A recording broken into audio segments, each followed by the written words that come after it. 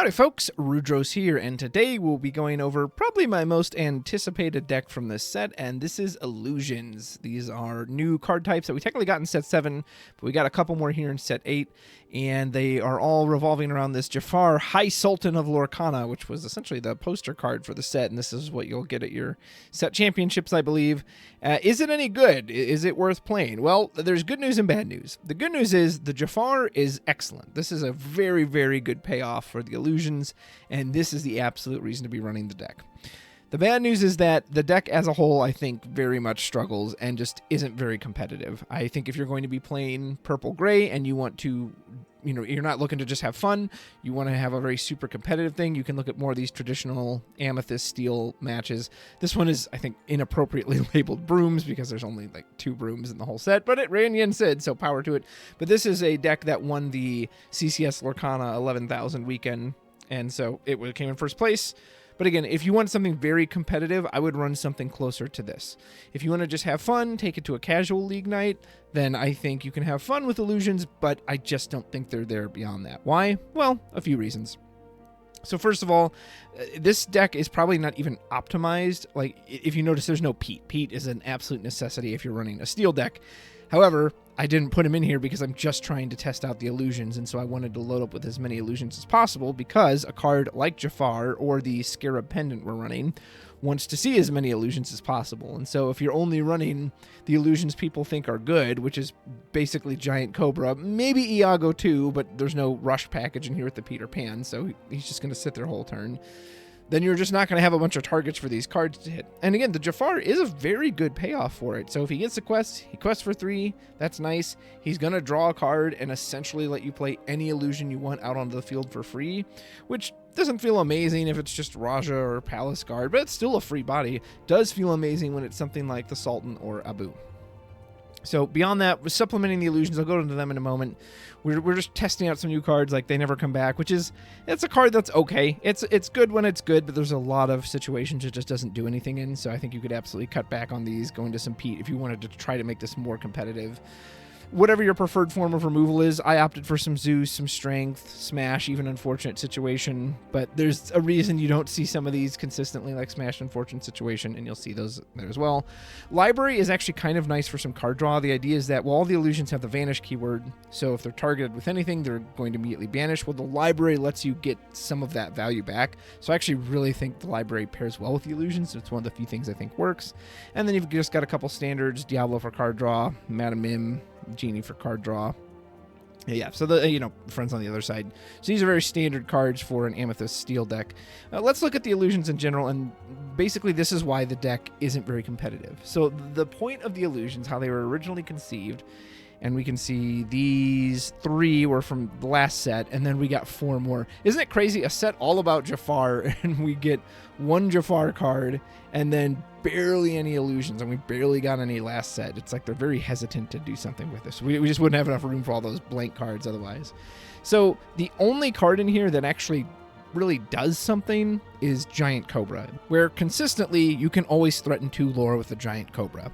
And he does pair very well, I might add, with the Scarab Pendant.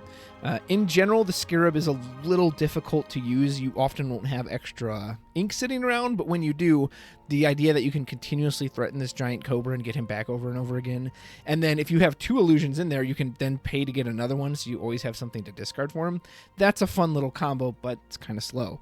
Beyond him, the rest of these are essentially just bodies.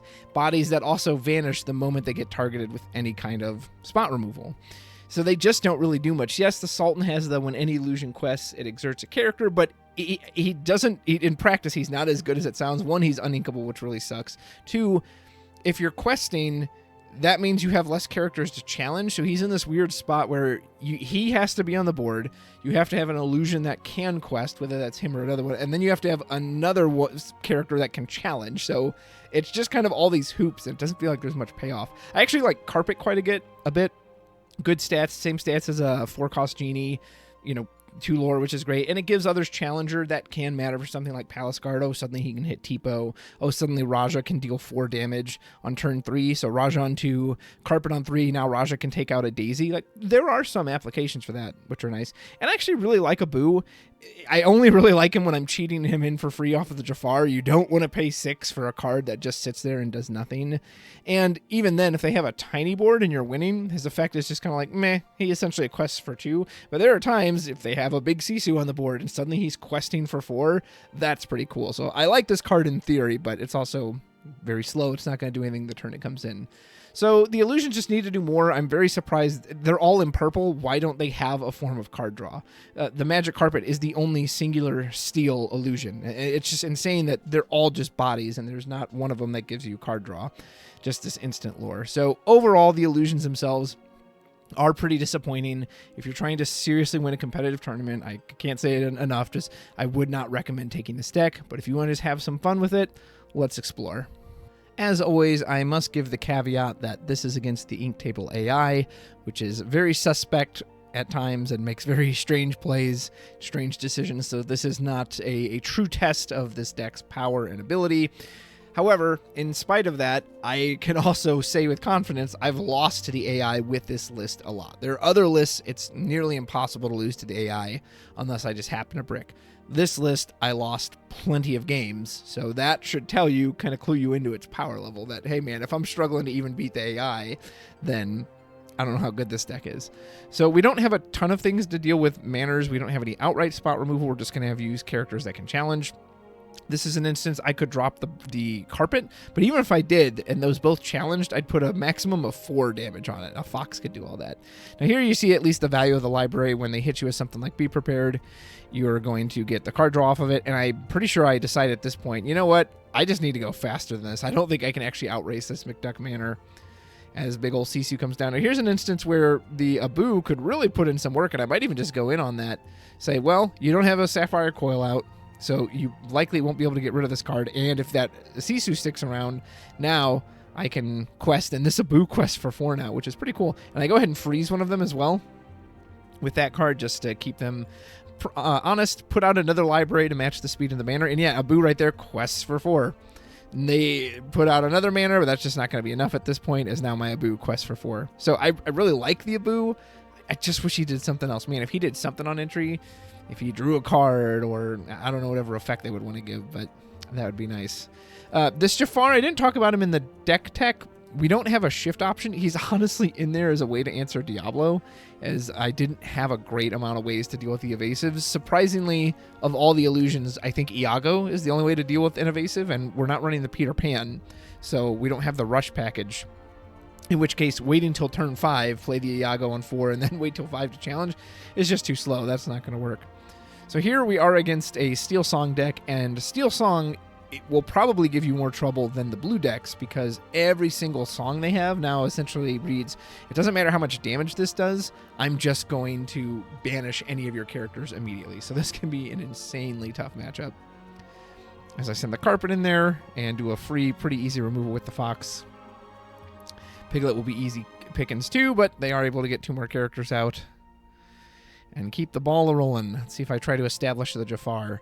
It is a shame, because Jafar genuinely is a really good, strong payoff for this deck. Did he need to be inkable? No, absolutely not. This is another instance where, and hopefully I can get out that dual ink video in the future, there's just no reason for this card to be uninkable. It's a dual ink card. It's already restricted to 1 deck in the entire game, and it's restricted even further because he only benefits you really if you're dealing with illusions. Otherwise, he's your standard draw discard.